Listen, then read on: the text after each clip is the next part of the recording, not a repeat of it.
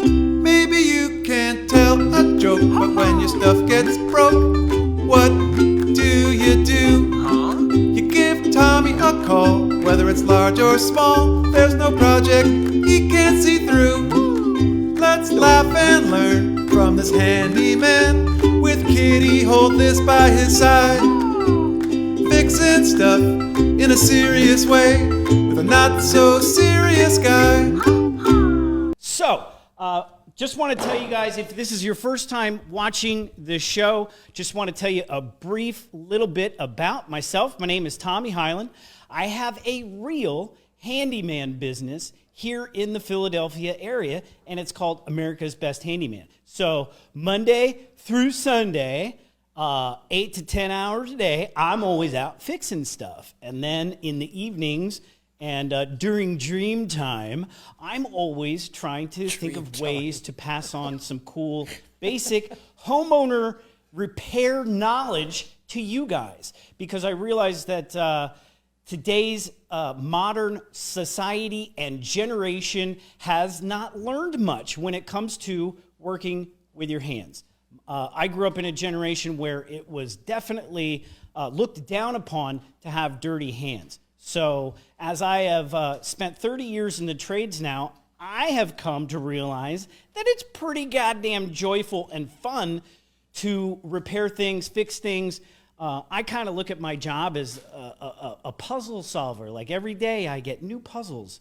So this week on the job site, I had a real treat in that I walked upstairs. If you guys watch my live stuff, during the week, Diary of a Handyman, I had an episode this week where I talked about this one guy on a job site that I ran into. He's a faux finisher, and I don't know if you guys know anything about faux finishers. Faux finishers are the kind of guys that will take just a regular old wall, and they can paint it with all these different things and make that wall look like something else, like a block wall or a rock wall or a piece of marble. They're amazing. And once these guys have been in the business for 20, 30, 40 years, they become a little quirky, just a little quirky. So I ran into this guy on the job site who I hadn't met yet. And as soon as I saw him, he goes, "Oh, you must be that fabulous carpenter guy that I've been hearing about." And I thought, well, that's a wonderful way to be greeted. And it's actually a very common way that I get greeted. You guys would be surprised at how often I get this exact response from lots of kinds of people when they, especially middle-aged women, when they find out that I'm a carpenter, they always say, "Oh, that's nice. You're a carpenter, just like Jesus." and my response is usually, "Yeah, did Jesus blast Leonard Skinner and listen to George Carlin while he was using power tools to put your kitchen together? Because if he did, yeah, I'm just like Jesus," but he didn't. So let's not compare the savior of the Western world to a smart-ass, porn-surfing redneck that just happens to be good at geometry, okay? Let's move on with the show. Oh, here with me, as always, is my good friend, Kitty. Hold this. Kitty's husband, Carl, couldn't be here today, but Kitty just wanted to drop by and lend a hand and say hi to everybody. Did you have anything you wanted to say, Kitty? I just thought that maybe I could just provide a little bit of feminine comfort for Julia, since this whole place just seems to be oozing and filled with testosterone. That's all I wanted to say. So I'm here to comfort Julia. Julia, if you need any comfort, you just come to me. Okay. All right. You don't have to listen to Tommy or take any of his bullshit. Okay. All right. Thank you. As you can see, my ventriloquist skills are really coming along very nicely. But we're going to go ahead and move along with the show now. And we're going to walk over to this other room, and we're going to talk to my friend Julia Scotti. And as I walk over there, I want you guys to watch this really cool trailer about Julia and her life, and then we'll get to know her a little bit more. Whether you're a man or whether you're a woman, you're human. And you're funny. Thank you. And you're brave. All right, well, at least now they know I'm not full of crap. Have you always wanted to be a comedian? Yeah, it was the result of a severe blow to the head. I was traveling all over the country. I was a headliner, living the dream. But something was gnawing at me. I thought maybe I was gay. I reached this point where I couldn't avoid my truth anymore. So in case you didn't know it, I should tell you that I'm transgender. That's not normal. Then the other side of me is going, that's normal for you. I married really, really young. It was doomed from the start. I was the dad, and I wanted to be the mom. To me, it was an awful betrayal. Her kids immediately wanted no part of her. I was devastated. I made the decision to prioritize fitting in over my family. I still feel like a lot of guilt around the whole thing, so. You know, I tell people my dad's coming and then an old woman walks into the room and I'm like, hello, father, and it's very confusing. You know, dear, I've had a good life. You take my seat on the lifeboat. Obviously, sweetie, it's a yes. The fact that you were here to see this amplified it like 1,000%. You were like always this like sad sack, and I hate life. Now I think you're so much more fulfilled and so much more joyful. I really gotta go.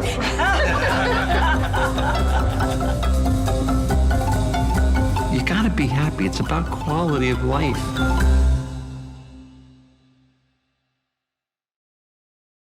Julia? Thomas, or shall I call you Savior? The savior of West Philadelphia, right? So before we do anything, I just want to tell you thank you for coming all the way over here today to be on the show. I just really Thank you. Why are you talking like Captain Kirk? Thank you for coming. Because I'm very serious right now. I am feeling... Was that serious, Tom Hyland? Yes, this is how, when you ask me to act in a movie, I will probably show up and do something like You have this. to clutch your stomach at the same time. You have to... Yes, and then I will go have sex with an alien. There you go. When we're finished. So, Julia, Yes, sir. I have many questions for you. So, but I want to start with when you were little. And when you were a kid, where did you grow up? I grew up in North Jersey, and right across the Hudson River, a little bit north of Hoboken, in a town called Fairview. Okay. Yeah. And that Fairview was different in those days, yeah? Different what? It's just different than the gentrified Fairview of today, right? No, it's still a shithole. It's still a shithole? sorry. I don't know. I just No, assumed... it was a shithole back then. It's a shithole now. It is, too? But it's home. It's where it's the only home I've ever really felt comfortable in. Do you still have family there? No, but I do go. I'll tell you what I do. I go up and visit. I go up there sometimes. I just park the car, and I just walk around the neighborhood. Yeah. And Take in the memories. it resets me. You know, it's just you see where you came from. You just and you remember, and everything. You know, the past becomes alive again. It's a spiritual kind of. It's like going to Mecca. You know, except I've never been to Mecca, but it doesn't look like Fairview. I'm pretty sure. So you liked your mom and dad? No, No? They not were at all. Were they assholes? Well, my mother was. Well, I shouldn't say assholes. They were troubled people. Yeah. My mother was. My mother had some mental issues, and my father had some drinking issues. Yeah. They were divorced when I was 6. Yeah. Yeah. So when did the funny start? When did you notice that you were funny? Grammar school.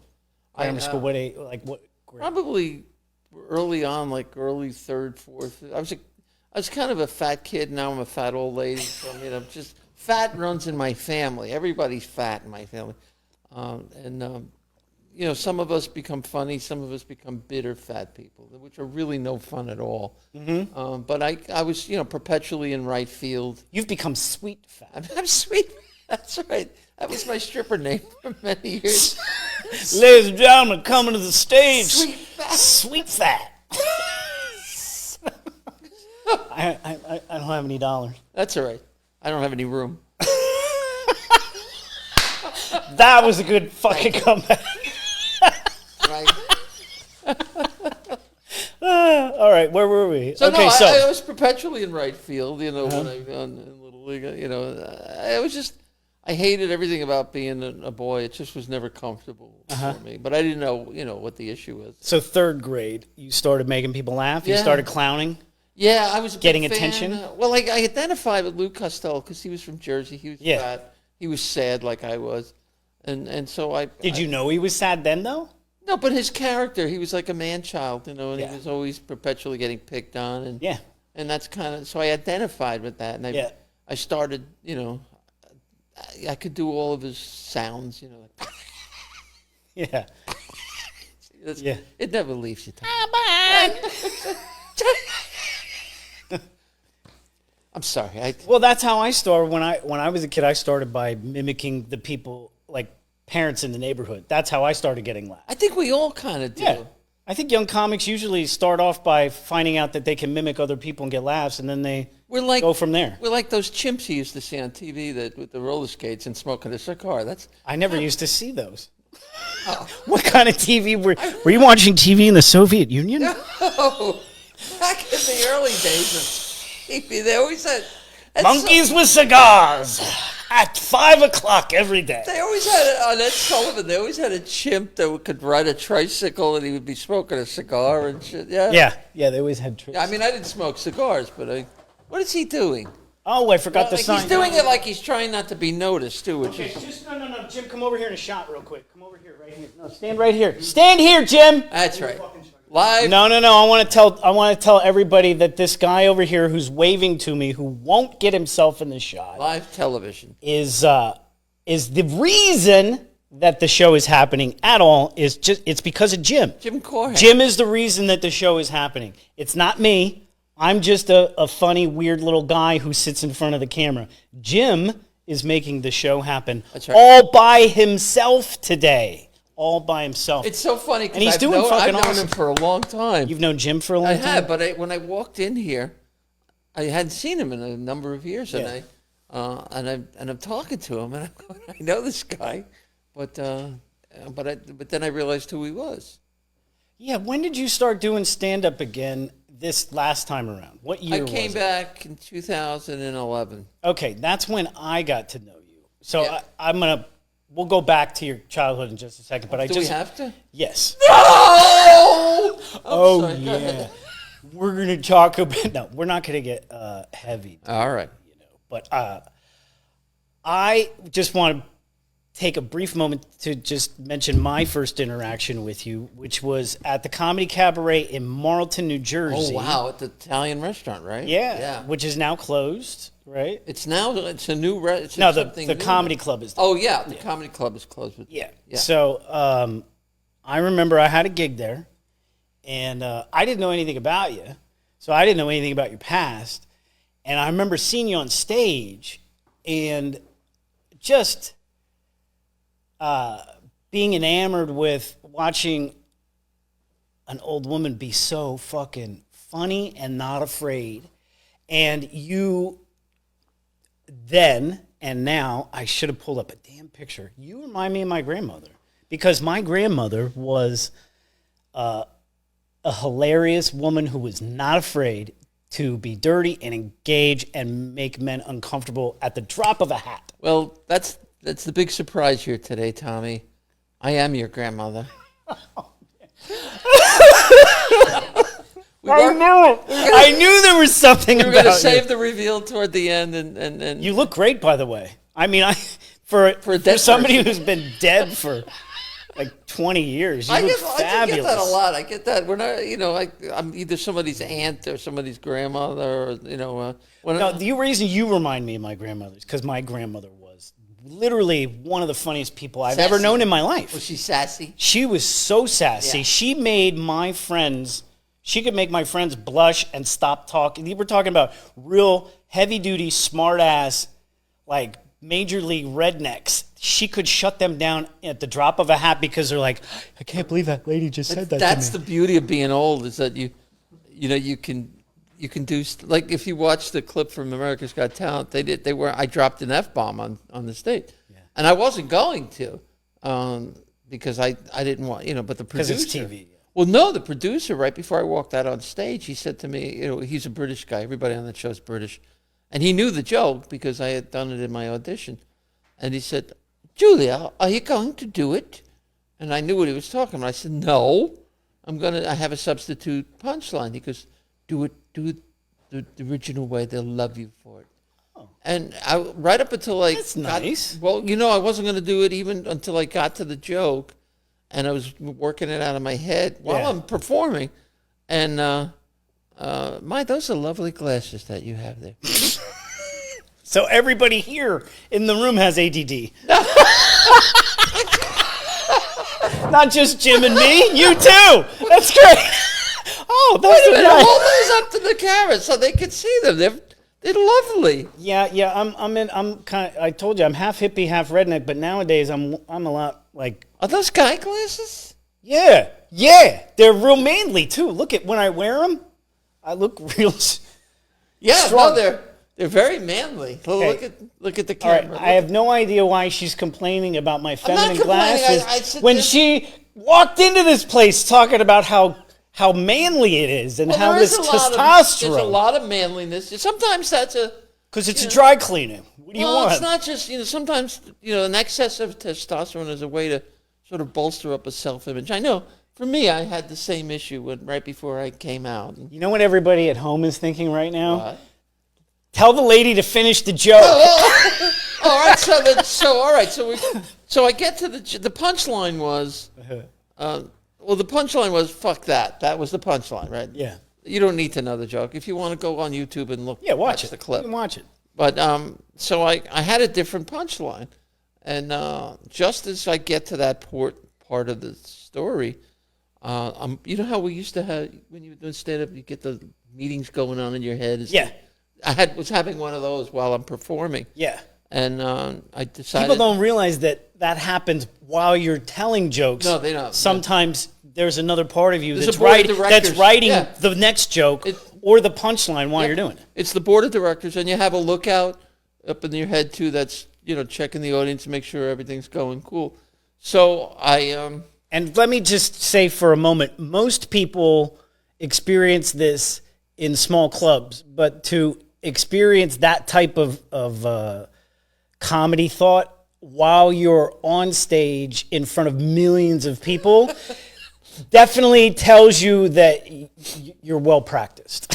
Well, you're that ready was for the it, thing about doing you're that ready show. I've had people ask me if I was nervous going out there, and I wasn't nervous because I'd worked in theaters before. That theater where we did it was in Pasadena, the first one, Civic Center, and I think it was like a 3,000-seat theater. And I've done those before. What was freaking me out was having those four people, judging you. I hate being judged. Well, comedy contests suck. Yeah. They're just the worst. Yeah, I didn't want to do the show at all.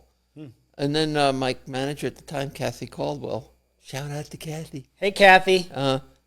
We got an inquiry from this talent scout. It's seen my stuff online, I guess. And Kathy calls me and she goes, "Do you want?"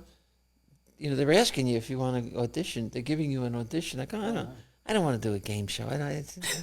She goes, "Are you fucking crazy?" They're handing it to you practically on a platter. Yeah. So you didn't have to go through that old bullshit. Well, we did. We went up to City College in Queens, New York, and we didn't have to wait with all the. It's like a freak show out there. I mean, there's people juggling babies and swallowing fire. Swallowing babies on fire. And so I didn't have to do any of that. We went right to.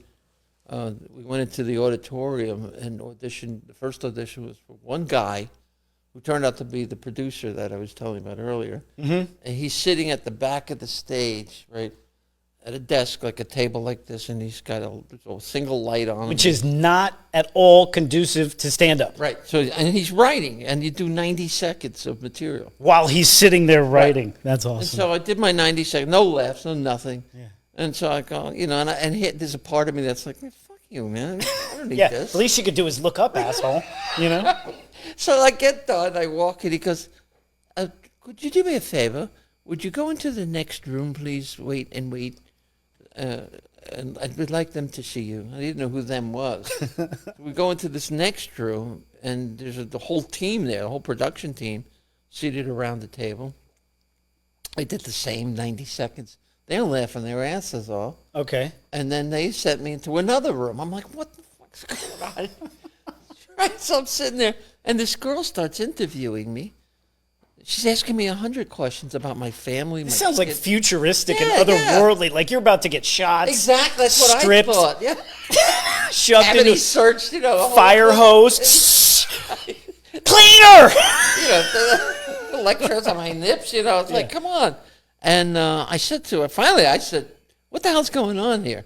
And she said, well, if you got this far, there's a pretty good chance you're going to get the show. Oh. I said, well, thanks, you know, and that was that. And 3-4 months later, we heard that I had gotten the show and went out and taped it. So it worked out well. A fun time. Changed my life. Yeah. I did 3 episodes of it, and 13 million people watched it. Yeah, it was awesome. You know what's cool about it, though? I started to hear from people around the world who either their kids were going through transition or they were going through transition, and I started to realize the impact that television really has, because it does air all over and the impact that you have. Well, yes, indirectly, because it's my story, but I mean, the fact that I was able to get that out on a network that, let's face it, network television is not exactly known for taking chances, you know. No. And so I give NBC a lot of credit too for having, you know, legged me beyond. Yeah. You know. So. Well, the whole thing was an inspiration on so many different levels, even just for the comics in the Philadelphia area. I've heard that. I remember we were like, yeah, I've heard that, and I'm really touched whenever I. I think Doogie Horner was on. Same thing. Everybody felt the same thing. Same thing when Doogie was on. Like when one of your own little local comics steps onto a major stage, like I think most of the good people are like, yes, this is awesome. And it really was touching to me to hear from them, you know. I've always felt, even though I was basically a New York comic, I started out in New York, and that's where I made my bones, but I always felt like Philly was my comedy home, and I still feel that way, you know, and I love Philly comics. I love Philly, working in Philly. Philly's a great comedy town, man. Oh, always was, even early on. I think it's Philly and Boston, especially Philly, but more, I think they both are so, like, there's comics that are close to New York. Like there's this proximity to New York thing that happens in Philly and Boston, where comics feel like if there's still this weird old thing that's like, oh, I can go to New York and make it. It's only a train ride away. Yeah. You know, it's a couple-hour train ride. But nowadays, the stand-up business itself is so disjointed that there's no longer like that formulated path. No, when I started, there were you had a home club. Yeah. You know. When did you? I want to get back to that real quick. When did you start doing stand-up? I started on May 30th, 1980. And you started doing stand-up in New York? Actually, my very first gig was in a Chinese restaurant in Paramus, New Jersey. The Jade Fountain. Yeah. An open mic? It was an open mic. It was a produced show. There was a guy named Hal Ennis who he, before anybody else, saw the value of bringing comedy out of New York into the suburbs. Oh. So he had this restaurant, and he was a DJ, and he decided to start doing these shows. And I don't know if you saw, there was a Comedians in Cars Getting Coffee. Yeah. It was one with Eddie Murphy, and Eddie was on those shows all the time. This was Jerry, and I have it too. There's a lineup card from that early, like first or second show, and I'm on it. And my original name's on it, but Eddie's on it. Jerry's cool. on it. Gilbert was on that show. I mean, so he would bring these people from New York for like $25, $50, Yeah. And they were all unknown. And it was a great time in my life, and I got in, as much as comedy has to do with timing, this was timing for me getting in then was. Where was your first home club? Because nowadays there's no such thing as a home club, but back then there really was. I was at the Improv in New York. That's where I wanted to be for me, that was iconic because everybody that I knew was, had started there. Yeah. And it was a wonderful place to work, and you learned a lot. And the class I was in, the graduating class of comics that made it and then moved on, I got in just a little after. Well, Jerry started to make it at that point. Keenan Ivory Wayans, Yeah. was the club manager that night. Chris Albrecht, who went on to head HBO's comedy division, Yeah. was the manager prior to that. But I mean, like Larry David was, Just a little everybody, you name them, they fucking were there. heyday. Yeah. It was just like a. Silver Freeman would put Gilbert on at the end of the night to clear the room. When it was on a weekend, That's it was funny. like 2 o'clock, 2 or 3 o'clock in the morning. Put Gilbert on, and they would just all leave. That's awesome. So it was wonderful to be. It was so exciting. We kind of knew we were part of history back then. Yeah. And be aware of that. It was very, very exciting. That's cool, man. All right, we got to get back. We got to start learning how to cut wood. In just a second, we'll probably continue to exchange stories and banter. But before what are we going to watch first, Jim? We're going to watch the Miter Saw one, the Miter. Oh, I love that joints. one. Okay, first we're going to watch Happy Little Miter Joints. It's a clip from one of my videos that talks about how to cope cut, and we're going to do a little bit of cope cutting and a little bit of angle cutting in just a minute after you guys watch the video. Oh, wait. No, that's the angle one. 45-degree inside miter cut. A 45-degree inside miter cut on both ends? No, just one end. Get out of here. I thought you had to put a miter cut on both ends. Not if you're gonna cope cut.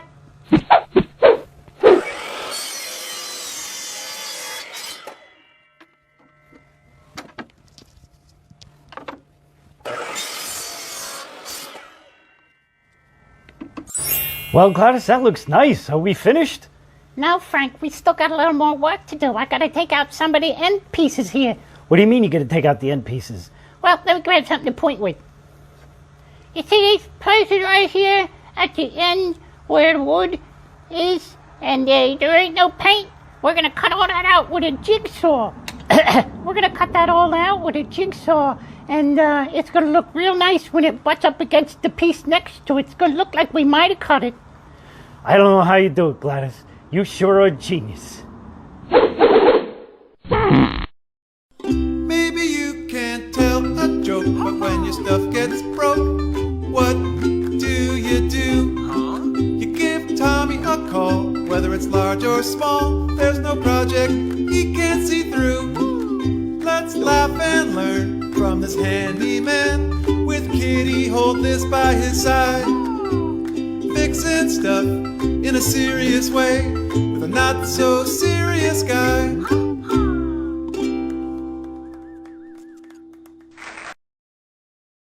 Okay, so that gave you guys a little bit of instruction on how to make a cope cut, which we'll do in just a second with a little bit more detail. I had problems when I had a coping saw. Did you? Yeah, I'm anxious to do this. You want to meet Gladys? Gladys is the saw? No, Gladys was my assistant in the video. Gladys Oh, sure. and Frank. Oh, yeah. That was Gladys and Frank. Yeah, oh, They're yeah. here. They're very nice. And people let you in their homes, huh? Yeah, they do all the time, usually with a background check. The next video we're going to watch real quick, and Julie and I are going to go get set up, is a video that will talk very briefly about basics of finding angles. Because everybody has Hello friends, Okay. welcome Now- to a new happy learning video. Look at these images. Do you know what we're looking at? Exactly, they are angles. And today we are going to learn many things about them. An angle is a space between two intersecting lines or surfaces that emerge from the same point, called vertex. If you look around, we are surrounded by angles, like the ones this clock handles.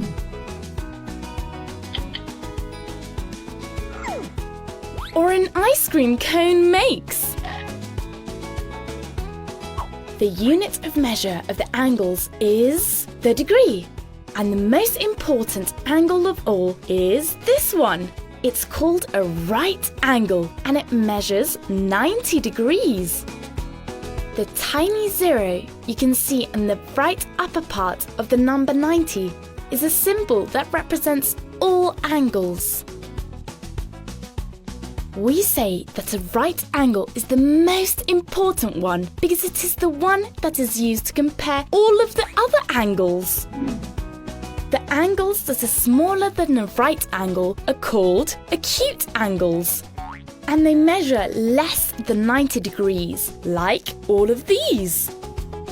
And the angles that are bigger than a right angle are called obtuse angles and measure more than 90 degrees, like all of these.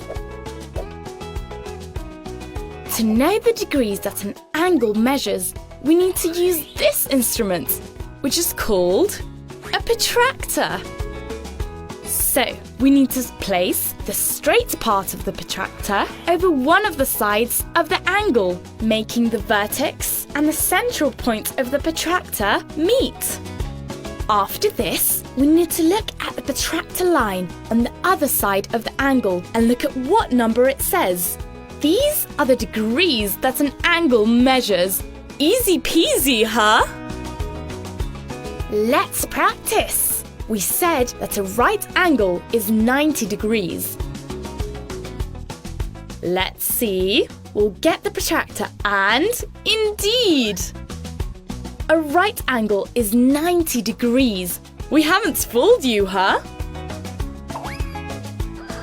Now, let's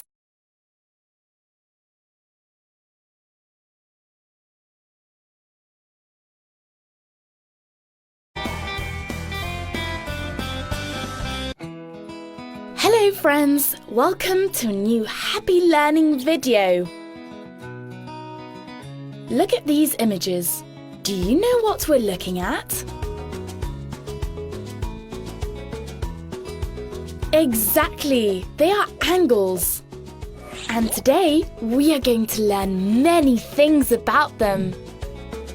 An angle is a space between two intersecting lines or surfaces that emerge from the same point called vertex.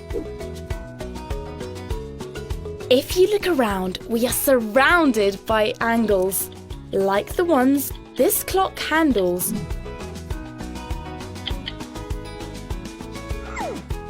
Or an ice cream cone makes. The unit of measure of the angles is the degree. And the most important angle of all is this one. It's called a right angle and it measures 90 degrees.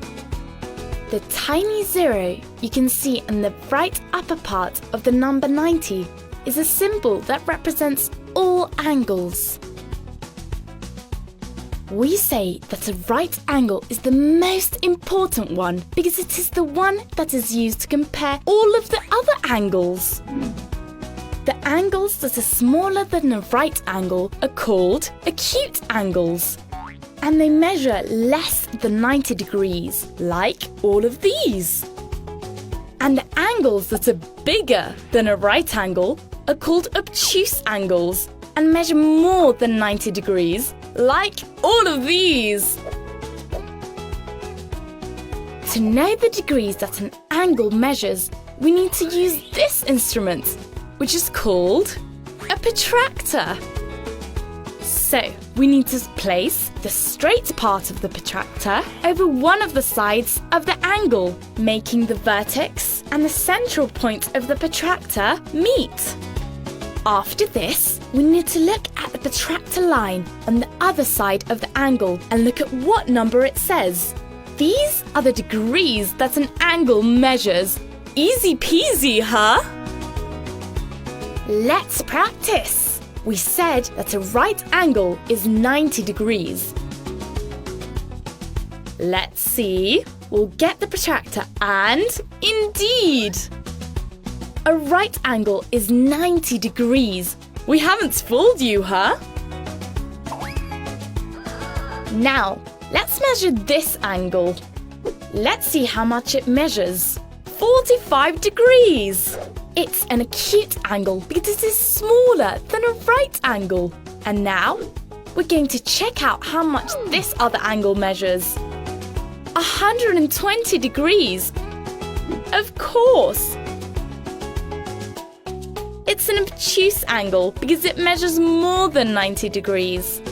Imagine that instead of being 120, it measures 180. Do you know what this angle is called? We call it a straight angle. Hey, and what about if it measures 360 degrees? Well, that's a complete or full angle. It's complete as can be. A circumference measures 360 degrees. What a discovery! Measuring angles is easy peasy and fun, don't you think? Goodbye, friends, and don't forget to subscribe to Happy Learning TV.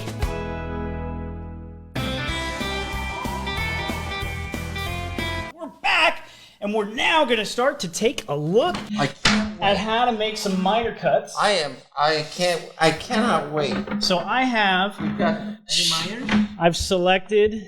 That's the shit I could never cut. Yes. Stuff right there. So what we have here today, Julia, is a couple of pieces of molding that we find in a lot of people's houses. Are we going to use the chicken? Not yet. We will be using the chicken. So I have brought a couple of different pieces of molding, and I'm going to show you how to use a miter box to do two things today. One is we're going to make a 90-degree angle, which everybody just saw the video twice. Now you know that the 90-degree angle is the most common 3/4 of an inch by 3.5 inches. That's too hard to say. Nobody says 3/4 by 3.5. Everybody says 1 by. That's why when you measure it, it never measures what they call it. Right. All right. Carry on. Okay. So we got a basic piece of 1 by. And we want to put a 45-degree cut on it. So let's pretend we're going to measure it. Measure twice? Let's do this. I got an idea. Why don't we make a box? A box. Good. We'll make a 2-foot by 2-foot box. How's that sound? So actually, because this board is 8 feet long, we'll make it a little bit shorter than 2 feet. So I'm going to go ahead and have here's how I make my marks. Whenever you make a mark, Julia, watch this, on a piece of wood, you don't use a line, you use a V. Because the point on the V tells you exactly where the cut is. If you just make one line and your line is a little crooked, you don't know where to cut on that line. But if I make a crooked line and then I make a V, I know that I want to cut right inside that V. I want to cut right. You cut right where the V meets, where it meets. Yep. So if I wanted to go, why don't you go ahead and mark this board with a V at 20 inches. Okay. So you want to put your finger down there and then just mark it at 20 inches. Roll it and measure it. Edge of the board if you can. And mark it with the V. And put it in the oven for baby and me. I can just do that? Yep. Now make sure it's 20. Put your finger at the end of the board and make sure you marked it at 20. Yeah, okay. Make sure you marked it at 20. I did, yeah. How many times are you going to ask me? All right, now let's do that several more times. From that point, go 20 inches from that spot. Now what this is going to do is we're going to end up with some even pieces. Make a V. Okay. And let's do this now. Let's open up my tape measure a little bit more, and this time, just mark on the 20s. So now mark it at 20, and then mark it again at 40.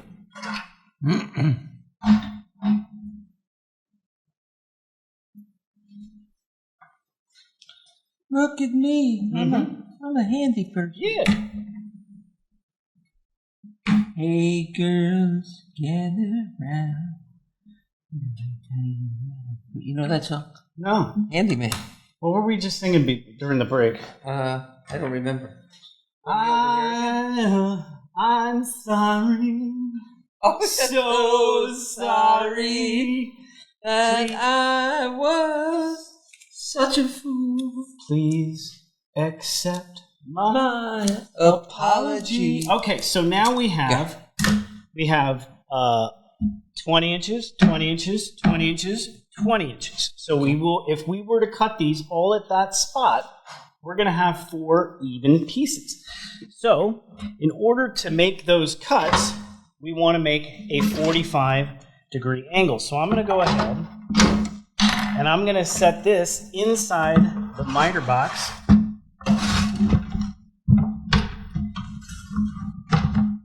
And Julie, if you want to stand over there and watch, I'll show you how to set this miter box up so that you can make a cut. All right. So I don't have a Sharpie on me, but here's a 45. Are these and you all can see 45s? Well, you can see if you look right here. Ooh, let me use my chicken. If you look right here, it tells you the angle. Here's 45. Here's 90 degrees, right? And then halfway between 45 and 90 is 22 and a half. Okay. No 78 and 30 and the third? No. See what I did there? It's like a record joke. It was a record. It was a record joke. Okay, go ahead. We have the air conditioning off so that everybody can hear us. But if you can see, I put that little point right there at the 45. Okay. You see that? Well, did you put it in the middle of the slit or at the end? I want to put it at one edge of the slit where we're going to make the cut. Okay. Right? Well, with this one, because we didn't account for any saw blade measurements, what we're going to do is we're just going to make the cut even on the 45. Okay? Okay. All right. Now, in order to make that cut, oops, sorry, we want to go this way. This board, we want to cut this way. Why? Because the next one's going to get cut this way. Okay. So we're going to cut this one, then we're going to cut this one, then we're going to cut that one. Do we have to cut that end to at an angle? Normally we would, but because we're short on time today, we're going to do everything a little out of order. Okay? So, in order to make this board stay in place, what you do is you take these little pins and you stick them in there to the closest one and then rotate it. That's as far. Oh, you mean and then it goes over here? And then you rotate it and you can feel it change. You can feel it tighten the board. You feel it? Yeah. Okay, now do it with this one over here. You can feel it.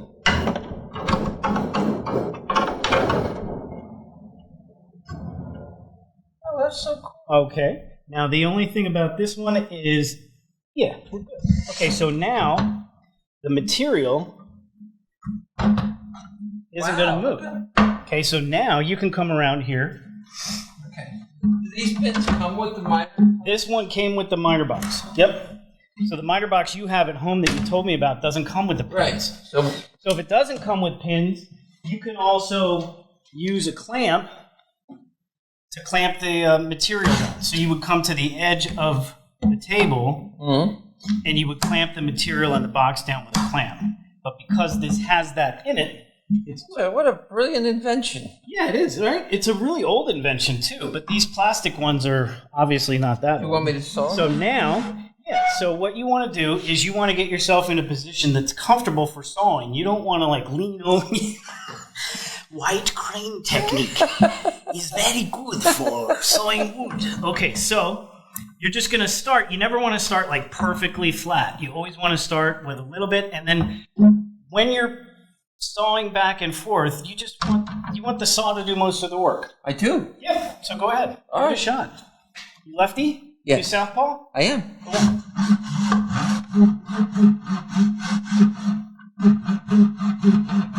Yep. Look, Mommy, I could be a real man too. See, that's one thing I'm trying to get rid of in the home improvement industry, is that all this stuff is like manly things to do, because we've been told all our lives that these are manly skills. But obviously, you don't have to be a man to do any of this stuff. I'm living proof of that. Yeah. Now, once I get started, no, but can I just get level once I start, or do I have to keep at an angle like that? You cut through the piece, as long as this piece of wood doesn't move and the saw stays in those grooves, this is a big piece of wood to cut. So maybe after this one, we'll start with it. We'll go back to a smaller piece. So fuck the box? Yeah, fuck the box. No, we'll make the box, but we'll make it out of a smaller piece of wood. A smaller box. Right now, I'm just going to make you do this in the heat, just to show everybody how strong you are.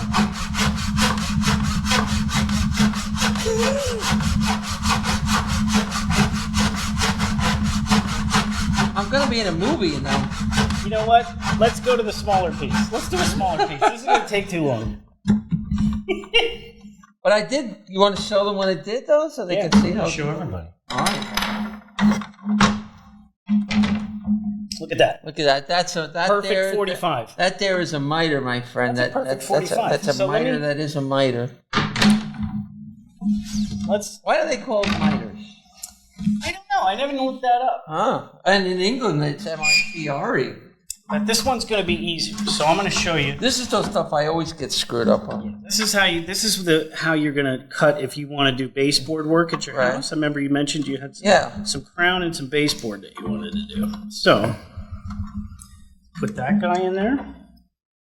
And we're not going to measure anything. Let's just make cuts and put things together. Because we are short on time. We are. So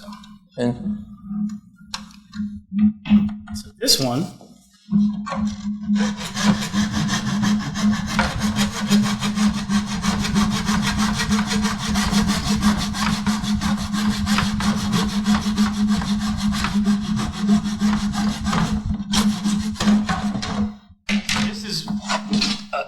This coping technique I'm going to show you will help you with all. Now, let me, before you do the coping technique, when you measure, like if you measure to cut, how long a piece do I have to cut? All right, where do you measure from? Do you measure from here or do you measure from here? Well, it depends on where you're going to be putting things together. Let's say you are going to be coming together. Let's say this is a piece of baseboard. They can't see that. So. No? Can Jim use a camera to get up top and show? Oh, okay. I got two angles. Do you want me to move this thing then? Yeah, that's fine. So let's say that this piece of baseboard comes and then you have a wall that ends right here, right? And now you need to come around this piece of baseboard with this because this is an added piece of molding. Right. Right? So you're going to want to measure to that spot right there. See? Which spot? You're going to want to measure to the short spot. Okay. Okay? But if you were coming around, well, I guess it's the same. So yeah, you're going to want to measure, if you're coming around for outside corners, you're going to want to measure to that spot. All right, one other question about measuring. When I was doing it back in the day, if I had like this, if my first piece wasn't long enough, it ended, and I had to add a second piece. I always screwed up on measuring how long the second piece was supposed to be. Oh, so you're saying like if this piece was too short? Well, let's say I had this. Right, let's say I had a piece and it ran along here. Yeah. Or it ran along here, right? And it ended. I needed to put another piece on there. And you want to splice another piece in? Right. Okay, let me show you how to do that. Because somebody said you had to cut it at a 45 to join them nicely. And then I always screwed it up at the end. That's actually, watch this. This is actually pretty cool. So, let's say, this is good for demonstration purposes. Let's say we had a piece of this. That's my phone. Oh. Let's say this piece of molding right here is actually called an OG. Believe it or not. Okay, yeah, it's a crossword. Yeah, OG, O-G-E-E. If you do crosswords, you see it all the time. Yeah, you do. That's the OG. This profile. It also means right today in Italian. OG. Yeah. O-G-G-I. It also means what the fuck in English. All right. OG. Or no, in Beaver Cleaver talk. Right? OG, Remember Beaver Cleaver, OG? Okay, so let's say this piece, let's say this is a real long piece of baseboard and we're running a whole bunch of it. And we've got these little pieces of molding that come alongside the baseboard. Right. And, whoops, sorry about that. And we have a piece that is too short. And we have to add another piece to it. And they're right. You do want to use a 45-degree angle to do that. So Let me show you. So this piece comes in like that. And then we already cut the piece, so we don't really need to show anybody anything. What you would do is, let's say it ends right here at this board. I'm going to put my tape measure to the end of the board.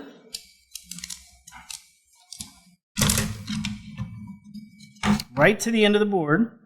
And then to measure this piece right here, come on over here and I'll show you. Now if you look down on the piece, there's several places where you could make the measurement. Okay. You could either take the measurement here at the long end, and that's that measurement, right? You should just can you butt it up against so they can see what you're talking about? That's it. All right, so if I measured it there, then that's where you would mark your piece. Okay. So if I measured 30.5 inches, I would mark my piece here. But if I wanted to mark my piece right here, I could also do that. That's just a different measurement. You see that? Mm-hmm. So it doesn't matter really where you mark it, as long as you mark it right next to the piece that you're attaching to. Okay. You see? So this piece is fixed. It's already nailed in, and we want to splice up to it. Right. So if I measure right to that point, that'll be a 30.5 inch measurement. Okay. Got it? Got it. Does that help? Yep. Okay, good. Okay, so that helps with that. You gonna back cut now? Yeah. Now I'm going to show you how to make an inside miter cut, which is the one that we showed on the video. So let me make, let me see, I need a butt joint. So let me cut up. You said butt joint. I said butt. So I need a butt joint to make the, to show you guys the corner. So let me cut this over here real quick.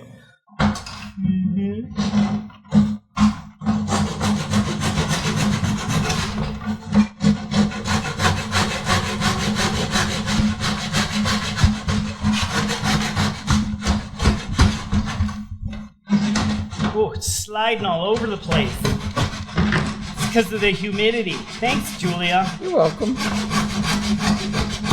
Okay. Okay. Now what is this for? This is to make inside miter cuts. So let's say we had a wall in your house, and you want to make these two pieces come together. Let's go back here at the end of the wall. It's coming up. I'm going to slide this piece. Okay. Whoops, it's going to fall off. Look at splinter. Yeah. Splinters are real. Hold on. That's good. So we got this air at the end. Okay. We have another piece here forming a wall. And we want to make this piece come together nice. Right. Right? So what you want to do is you want to bring this piece up to another piece that's already butted up there. And because I cut that 45 on there, all I have to do is remove this little bit of material in here. Okay, that's the thing that's the thing that always screwed me up. Okay. Yeah, so what you're doing, I'm going to show everybody. So this remains flat, right? That remains flat. This remains a butt joint. This is a butt joint. This is just a 45-degree cut. That's all it is just a 45-degree cut. And now I'm going to use this coping saw to remove this material. See, that's where I always get screwed up. Always, okay. Always. Now, I need to get in a good position to show everybody this. Don't we all? What do you want me to do? I don't want you to do anything yet. I want to figure out where I can make this cut where it's in the camera. Right there? In front. Okay, let me come around the side. Okay. Now I'm going to make this coat cut look easy because I've had a lot of practice at it. So if you want to do this, the joint will come out perfect if you do this. But you just have to practice this technique. So what you want to do is you want to use your saw. Can I see how stiff is your blade? Because I never tightened it all. I never made mine that tight. Okay. Yeah, you should make them tight. Because it always broke. Oh, yeah? Well, the nice thing about saws like this is these blades are cheap. So whenever you pick up one of these, always pick up a little package of these extra blades, because if you tweak it the wrong way, That's what would happen. yeah, it snaps like a guitar string. Yeah. You know what I mean? And you can't use those as guitar strings either. And the other problem with little thin saws like this is the problem that most people have, and this is something that I talk about on my Diary of a Handyman all the time, is everybody's always trying to go too fast and force the goddamn saw through the wood. And that's how you break things. That's how you cut yourself, and that's how you break saw blades. The key to making little cuts like this is just applying slight pressure and letting the saw just watching the blade the entire time so that it's going through the material, and I want to make a turn that I'm not trying to just bend it real quick and make the turn, okay? I'm allowing the saw to just gradually, the saw blade is so small that if I just gradually make that turn. But how do you know when to make the turn? Look, right now what I'm doing is I'm watching the paint. The cool thing about doing this on a piece of wood that's already primed is all I'm doing is letting the saw cut all of the extra wood. So I'm not cutting into the paint. You see that? Okay. So as long as I don't cut into the paint and I just remove the wood, Doesn't matter how much you remove, it'll still come together. You just have to. So it's not an exact. It's not an exact science. It doesn't have to be perfect. As long as the paint stays on. Because you're still going to probably when you're doing paint grade stuff like this, you're always going to end up caulking the joint anyway. Like you're always going to put a little caulk on the joint. You need to get Vince Valentine in to say caulk. He was here last. How was it? Yeah, he's awesome. Yeah, he is good. So see, I'm just taking little bits out. Okay? See how that just popped out? Yep. Okay. This is neat. When you see it come together, it really makes sense. So instead of trying to make this turn, I'm going to come back at it from the other angle. See that? I try to hit as many straight lines as possible and then finish up the curves last. But see, I'm really not. I'm putting a little bit of pressure with my left hand. I'm not putting that much pressure with my right. I'm just putting enough pressure to hold everything properly as the saw pushes through my turn. The reason I'm not having Julia do this is because she's unpracticed at it, it will just take a little longer. And rip my hands to shreds. No, rip your hands to shreds. Okay. And now we haven't even used a file on this piece. Oops, let's get that up on the table. So we haven't even used a file on this piece, have we? No, we have not defiled it. Okay, so why don't you come around? Switch places. What? Switch places. Switch places. Quick. Yeah, well, I want you to see this. Quick, switch places. You want me over here? Yeah. Okay, let's get this shit out. I'm injured. Yeah. And then right after this, we'll talk a little bit about crown molding, and then we'll finish up. Oh, good, because it's hot in here. Yeah, it is fucking hot. So. Where's the air? Check this out. So now. No good, I'll be dead by then. Okay, go ahead. So now, this piece, let's say it was stationary. This piece just slides right in. And it's not perfect yet, right? But all we need is a little file and some sandpaper, which I have out in the truck, and just take off the little bits. Together again, so I can see how close it is. See, that's beautiful. Isn't that nice? It's beautiful. Yeah. So that would. And you wouldn't even have to sand this and file it if you're going to put a dab of caulk on the joint anyway. That's what I was going to ask you. Yeah. And any people, your joints don't need to be so absolutely 100% perfect that they don't need caulk. Okay? because even if they are perfect, you're still going to put a little caulk on there anyway to smooth out the joint. The only time your joints need to be absolutely perfect is if you were like putting two stained pieces together. And that just means you're going to take more time. All right, so if you're, when you put the caulk in, you just rub it over there with your finger? I did a caulking episode the other day. I missed it. I know you missed it because you're not watching Diary of a Handyman. When's it on? Afternoons. Oh. Afternoons. I give helpful little tips. But yeah, just a dab of caulk right there in the joint. With your finger? No. You put the caulk in with a gun, right? So you have a gun that has a little point on it. And use the caulk gun to put the caulk into the corner. Just enough. Just a little bit, right? Just enough to fill the gap. You don't want to overflow it with caulk. You just need a dab. And then a wet finger. Don't lick your finger. Use a wet rag. And then just it'll smooth right out, and then it's a perfect joint. Absolutely perfect every time. Okay. So the only key to the coping technique that you need to learn is just how to hold that saw and cut the little piece out. You think you can? Do you think you can learn that? You have to learn to cope with it. See what I did there? Yeah. I made a cope. All right. Sometimes you learn how to cope with your inner demons before you can cope with the wood. Yeah? Okay, let's talk about crown molding real quick, and then that's the end of the show. Oh my God. Right? Okay, I want to talk about crown molding real quick because Julia asked me how to cut crown molding. It fascinates me. Okay, so crown molding isn't really that big of a mystery. Oh, Corners slide over just there. That's the problem. It's always the corner.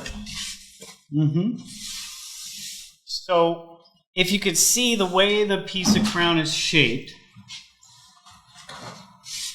it's shaped, piece of crown is shaped so that it fits perfectly on a 45 almost. Typically, on a 45 like that. What do you mean, away from the... There's a space there? Let's pretend this is the ceiling. Yeah. Because with crown molding, one of the things you always have to do with crown molding is you have to pretend it's on the ceiling, and then you have to take it down to a table where it's not on the ceiling, and in your mind, you have to remember that the table is now the ceiling. That's all. If you remember that the table is the ceiling, you'll be fine. Now you can line things up. See that? See how I did that? Wow. So this is the ceiling right here where my right hand is. When I come down to the table to cut, now the table is the ceiling. That's all you got to remember. Aren't you glad I brought up this subject to do today? I am very glad. And so... now the concepts, now that you've just found that, the same concept that we just did with the little OG, the same thing with the crown molding. You'll do the same thing to make those cuts, except the material right here is missing when you put it, when you put it in the miter box. You want the miter box? Yeah. So now, if I wanted to cut crown molding in a miter box, the bottom of the miter box is what? The ceiling. The ceiling. Good job, Julie's paying attention. Wait, so, all right, so how far do you know to tilt it, though? You tilt it. Good thing to do is to feel... so when it's flat again, basically. So what I would do, if I was actually going to be cutting a lot of crown with this miter box, right? What I would do is I would take my pencil and just make a little line.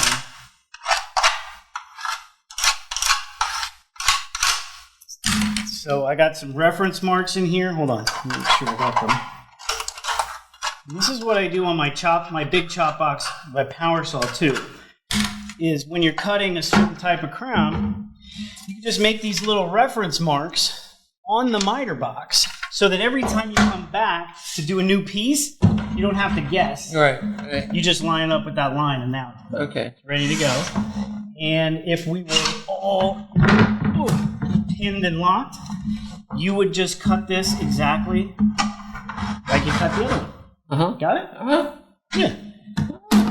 And then you can put your crown up on the wall. And nowadays, it's a lot easier to use a nail gun. Oh, let me turn it on. Okay. Nowadays, it's a lot easier to use a nail gun than it is to use a nail. You bring up a point, too, about the nail. No pun intended. Bring up a point. What part of the molding do you... Yeah, let's cover this real quick. Really? Okay, so this is a finished nail gun. It shoots really small nails. Hammering crown molding in by hand is really time consuming and really difficult. So if you're going to put up crown molding, you could just borrow one of my nail guns. I'll just loan you one. Yeah. But Rob, it's also risky too, because if you hit it too hard, you could dent the molding, right? And then then you're fucked. So when you put the mold... Nice hammer, Tom. Thank you. Tom, what do they call it, Mike? It's a finish hammer. So yeah, when you... Now wait a minute. When Why you is put that crown molding in, what you want to do with... What makes that a finish hammer? One thing at a time. I'm thirsty for knowledge. I will. I'll tell you that in a sec. So when you nail in crown molding, you do not want to nail any moldings in on the top hump, right? You don't want to put your nails in here because it's very difficult to make the spots go away. But if you shoot your nails down in the groove or down in these little spots down here, when you go to patch the nail holes, they disappear a lot easier. So in the groove then? Down inside the grooves is where the nails will Which you could never do with one of these unless you have a nail setter, right? Yeah, this is a finish nailer because it will get up into tight corners. This is so that you can hammer a nail up into a corner. What do you mean? What's that groove for? This is to hold a nail. This is actually magnetic, and you can hold a nail in it and hit the nail. What? I don't use it very often. Say that again. What do you mean? I don't have a nail, but this will hold a nail for you, and the nail will stick out like this. If I had a nail, I could show you. Oh, look, here's a screw. No, screw's too short. That's all right. It's very interesting. And all the hammers nowadays have a magnetic nail holder on the end, so that if you wanted to, without holding the nail, so I don't have to hold the nail like really? the nail's already in there. So it helps you start the nail. I don't use it that often because with a finish hammer, it's not accurate. Like if you're just going like this, I need that nail typically to be in a very specific spot. Okay, remember that, folks. Yeah. But this is a very nice finish hammer that I use. And it's pretty, too. I know, because I put stuff on it. No, but I mean, it's just... Yeah, it's nice. It's artistic. Feels good. It does feel good. I gotta split it. Here, hold it. Oh, yeah. I remember what I said earlier about, it's just hot. Here, you hold the hammer, I'll hold the chicken. All right. And we'll say goodbye to everybody. Goodbye, everybody. What do we want? Oh, we're not going to do the house calls today because we haven't done it yet. This is our second show. I promise you, our next guest is going to be Belinda Clear. You know Belinda? I know Belinda very well. Yeah, Belinda's going to be our next guest on the show. That'll be 2 weeks. Stop pointing at that camera, Jim. I'm looking at the camera. 2 weeks, August 7th, Belinda Clear will be here. We'll be teaching some new stuff. And this is our second show. By the third show, we're going to have the call-in portion all set up to go so that you guys can call in with your questions. We just don't have all of our shit together yet because Jim and Trust me, they don't. We're doing this by the seat of our pants, guys, right. And that's why I'm just so grateful that you're here at all. Period. You too, Julia. Thanks for being with me when I'm. No, this was very informative. I really enjoyed it. Really? I did. Did you learn? I learned a lot. I mean, I learned years of frustration and countless hundreds of dollars of ruined molding. Yeah. Good. Thanks, man. You learn that, hopefully, the thing that I really want you to walk away with is that you can make those cuts. You just have to slow down and take your time a little bit. Well, unfortunately, at my age, I don't do any of this shit anymore. But man, you're running out of time. I'm running out of time. But what's the point of putting molding up at my age? Because you'd rather hire. It'll probably kill me, and then I won't even get to enjoy it. So. I'm probably going to end up going over to her house and doing it, but that's okay because that's what we do. I just want you to replace my bathroom stall, my shower. I am. I'm going to replace your shower eventually. So, that's it. Thanks, as always. Is there anything else I need to tell them? Oh, ring the bell to be notified when my my videos pop up on YouTube. What's Julia promote? Oh, Julie's got a movie. Oh, I'm filming my album. I have a new album out. It's called Julia Scotti Primal Cuts. Can they hear me? Or do I? Very close to you. Attention, Mr. and Mrs. America and all the ships at sea. I have a new album. I have a new album out. It's called Julia Scotti Primal Cuts, and it's available wherever fine comedy is downloadable. So just go to like Amazon or Apple Music or I can't remember all that stuff. Anyway, buy it. I need the money. Okay, thank you. That's funny. Yes, it is funny. Thanks for letting us bring a whole lot of experience and a little bit of humor onto your job site. See you next time. Tell a joke, but when your stuff gets broke, what do? You give Tommy a call, whether it's large or small. There's no project he can't see through.